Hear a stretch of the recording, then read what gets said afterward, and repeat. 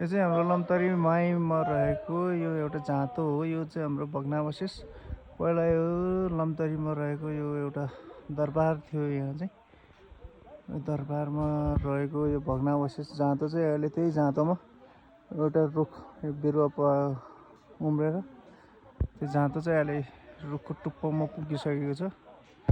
यो चाहिँ पहिलाको हाम्रो दरबारको भग्नावशेषहरू हो।